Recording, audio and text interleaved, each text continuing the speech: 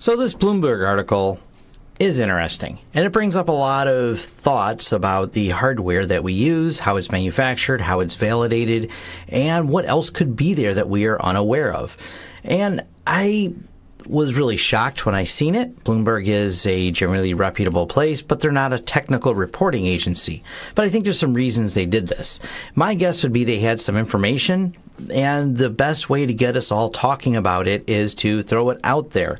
Now, I'm not saying the information isn't true. I'm saying it lacks a lot of details, but points in some directions of where we can look. So if you're not familiar with the article, in brief, it talks about Supermicro and the fact that chips were added to the Supermicro that are potentially a backdoor. Now, how would this work? Speculatively, because we're light on details here, these chips would attach to the network and have something that would trigger them to do something with the system. So if you wipe a system clean, it's nice, it works, you're like, okay, I've certified this system good, and there's some triggering event that this little chip allegedly could potentially push firmware into a clean system to compromise it. That's a complicated but not impossible task. And the article is quite long, and they cover the technical details of theories, information about the companies, citing a lot of links, and we can also talk about some of the denials. And, Apple deleted service supplier after finding infected firmware and services. This is actually older, from 2/24/17 Ars Technica, and I'll leave links to all these, of course, below. But it is a plausible, is what I would actually say this is. I don't know that this is actually what happened, and without the details, it's hard to really make some really solid conclusions on this. But what it has done is there's a lot of people double checking things, and I think that's good. We've got a lot more people looking at things at the supply chain, which is, of course, one of the attack vectors they use. It's referred to as a supply chain attack, but somewhere, from the point of manufacture to going to a client, the system was compromised. And this is something that is very serious. We see this attack in software industries as well, because if they can get a popular product, and this has happened before, to add something in because they compromise the compiling machine for it, no one at the company is the wiser, and something can get slipped in. Now, a couple of things, if you want to hear some breakdowns of this I thought were interesting, is Security Now, episode 563, IoT Infancy Part 2. They talk about this, and this is actually University of Michigan study called The Demonically Clever Backdoor That Hides in a Tiny Slice of Computer Chip. And these are some write-ups of what they refer to as analog attacks, ways of embedding things and activating them later. So this is interesting. And no, this didn't come out after. This is from a few years ago when these people put together some theories on it. And to do a little further reading is you can dig into JTAG explained how IoT security and engineers manufacturers should care. This is also from 2016 because there's a series of JTAGs that were reverse engineered, and it's an interface for a lot of these IoT devices. They actually have a router take apart here and showing how you can get in with only a couple pins connected and finding all kinds of undocumented things. This has been a talk at different hacker conferences and things like that as well. There's a lot of plausible things here. A lot of them have been reproduced in a lab, have been not found in a while, but say, hey, we can take something apart and do this. And of course, it's been used to reverse engineer things, and they talk about that here. So sometimes the JTAG has been used as a reverse engineering tool for popular products because we want to unlock things inside of them and, generally hacking them. Now, this is the blog I think you should probably read. Senrio, I'm not sure how to say that. They are a company that teaches some of the backdoors, some of the hacking. They have a lot of breakdowns. They have an entire class on this. And they did a breakdown and write-up that I thought was really accurate if you want more technical details. But once again, Bloomberg didn't give us technical details, so we're stacking out all the information for things we've seen before on the plausibility of this attack and could it really happen.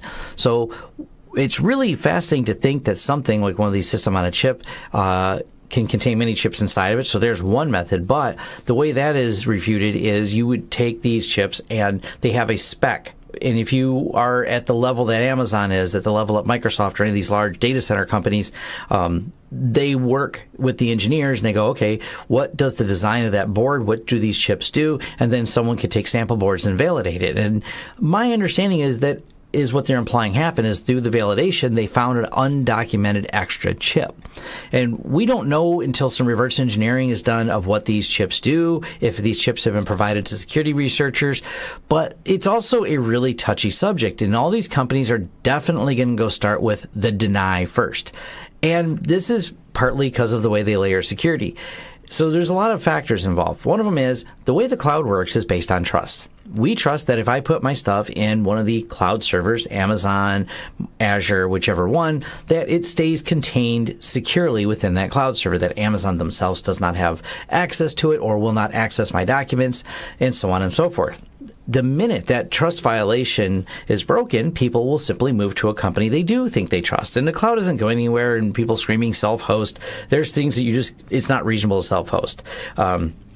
Things that scale and the scale of size that you may want to run something in, an Amazon type server, you may not be able to try to run that inside of your own office. It just, like I said, is not feasible. So we have to have some trust going on. And these companies also don't want to give the hackers an edge. And I brought this up before. The iDracula vulnerability impacts millions of legacy EMC servers. And what this is why companies don't talk necessarily about the hardware they use.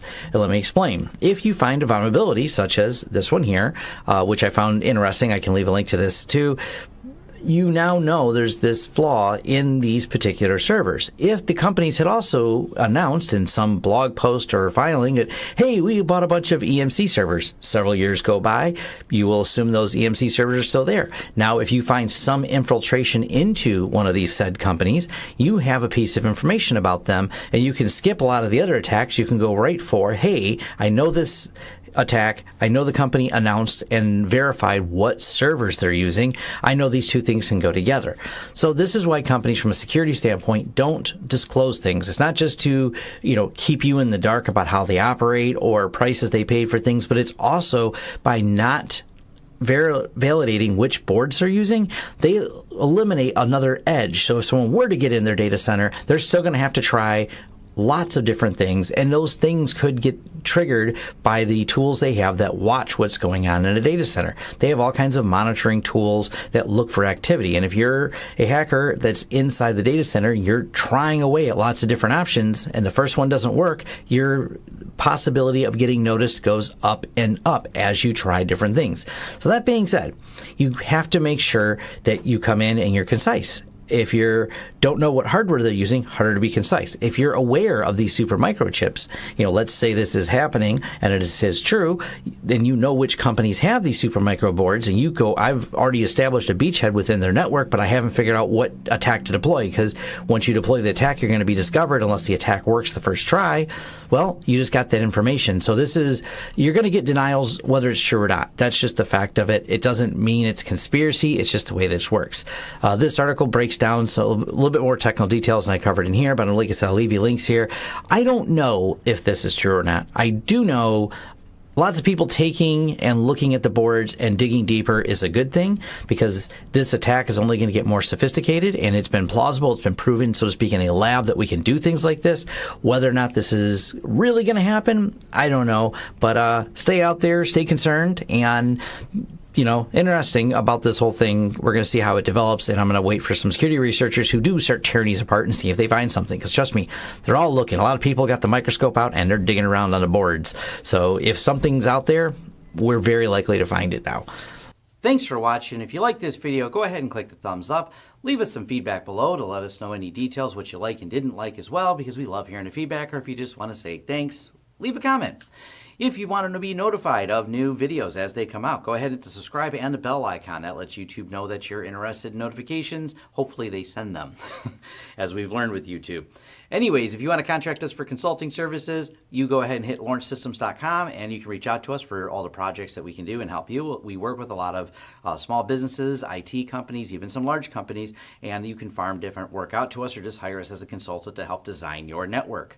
Also, if you want to help the channel in other ways, we have a Patreon. We have affiliate links. You'll find them in the description. You'll also find recommendations to other affiliate links and things you can sign up for on launchsystems.com. Once again, thanks for watching, and I'll see you in the next video.